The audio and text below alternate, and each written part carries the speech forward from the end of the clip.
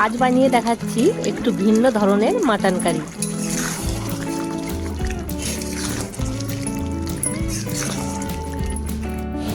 আজকের মাটনটা আমি পেঁপে দিয়ে রান্না করব। এখানে 500 গ্রাম মাটন নিয়ে নিয়েছি। প্রথমে আমি কড়াইতে তেল দিয়ে দিয়েছি আলুগুলো ভেজে নেওয়ার জন্য।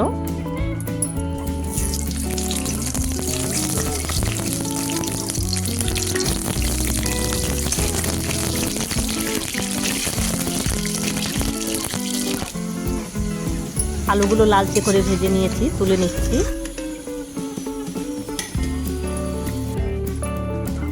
এই তেলের মধ্যেই আমি 2টো শুকনো লঙ্কা ফোড়ন দিয়ে দিচ্ছি, 2-3টে এলাচ আর দারচিনি আর কয়েকটা গোটা জিরে।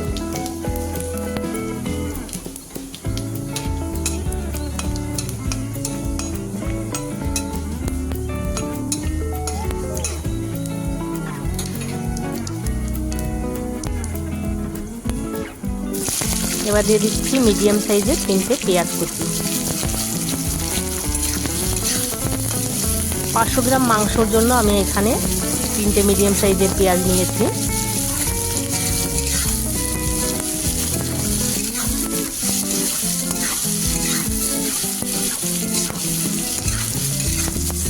পেঁয়াজগুলো প্রথমে আমি একটু হালকা লালচে কালার করে ভেজে নেব।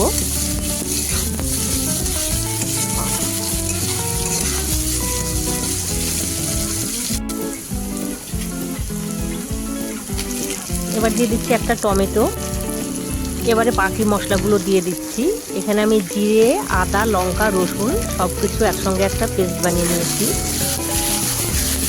পেঁয়াজের সঙ্গে 2 থেকে 3 মিনিটের মতো মশলাগুলো কষিয়ে নিচ্ছি। মশলার বাটি ধুয়ে হালকা একটু জল দিয়ে দিলাম।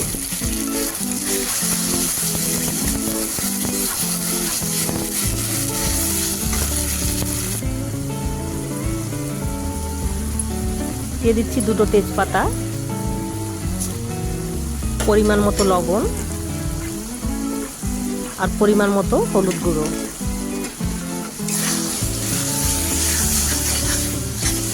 সব কিছুকে আবারও একটু ভালো মতো মিশিয়ে নিচ্ছি।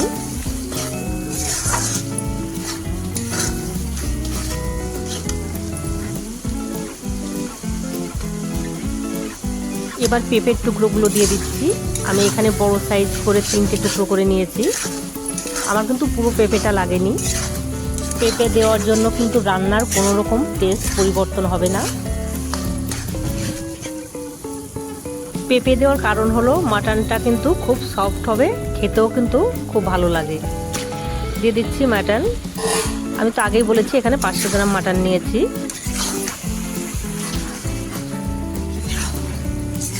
মাটন দেওয়ার পর মশলার সঙ্গে খুব ভালোভাবে মিশিয়ে নিতে হবে। আমি এইভাবে 5 থেকে 7 মিনিট নাড়াচাড়া করব, তারপর মাটনটাকে ঢেকে দেব। মাটনটা কিন্তু আগেই ঢেকে দিলে মাটন থেকে জল ছেড়ে দেয়, খেতে কিন্তু ততটা ভালো লাগে না।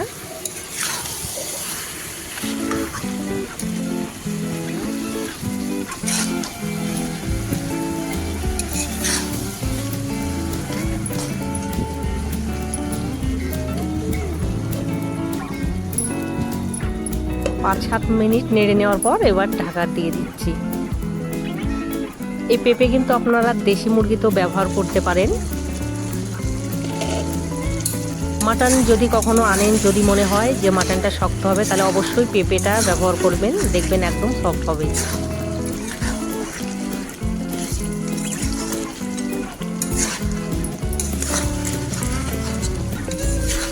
আঁচটাকে মিডিয়ামে রেখে আমি কিন্তু বারবার করে ঢাকনা তুলে নেড়ে দিয়েছিলাম।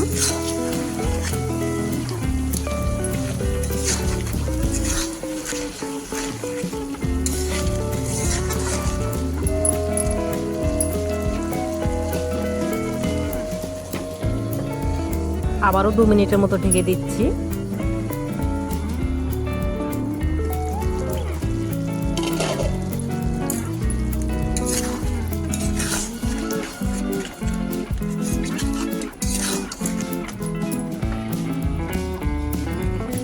মাটন কিন্তু 70% মতো সেদ্ধ হয়ে গেছে। এবার মাটনের চর্বিগুলো দিয়ে দিচ্ছি।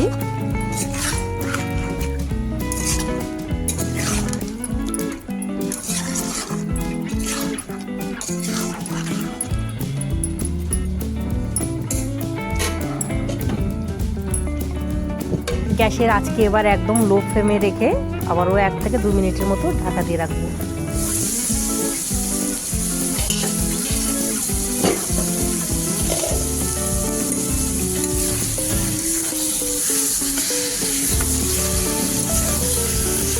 মাটন খুব ভালো মতো কষানো হয়ে গেছে। এবার ভেজে রাখা আলুগুলো দিয়ে দেবো।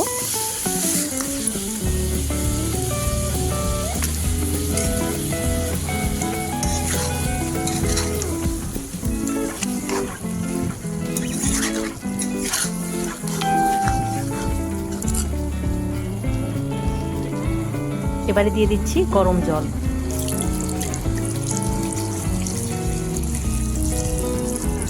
অবশ্যই কিন্তু গরম জল ব্যবহার করতে হবে। যে কোনো মাংস রান্নাতেই কিন্তু সবসময় গরম জল ব্যবহার করতে হয়। এবার আঁচটাকে বাড়িয়ে আমি 10 মিনিটের মতো ঢাকা দিয়ে দিচ্ছি।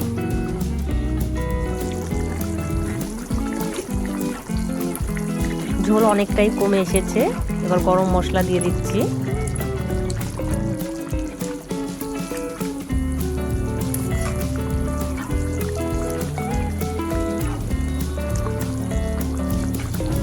গরম মশলা দেওয়ার পর আমি আবারও 5 মিনিটের জন্য ঢেকে দিচ্ছি।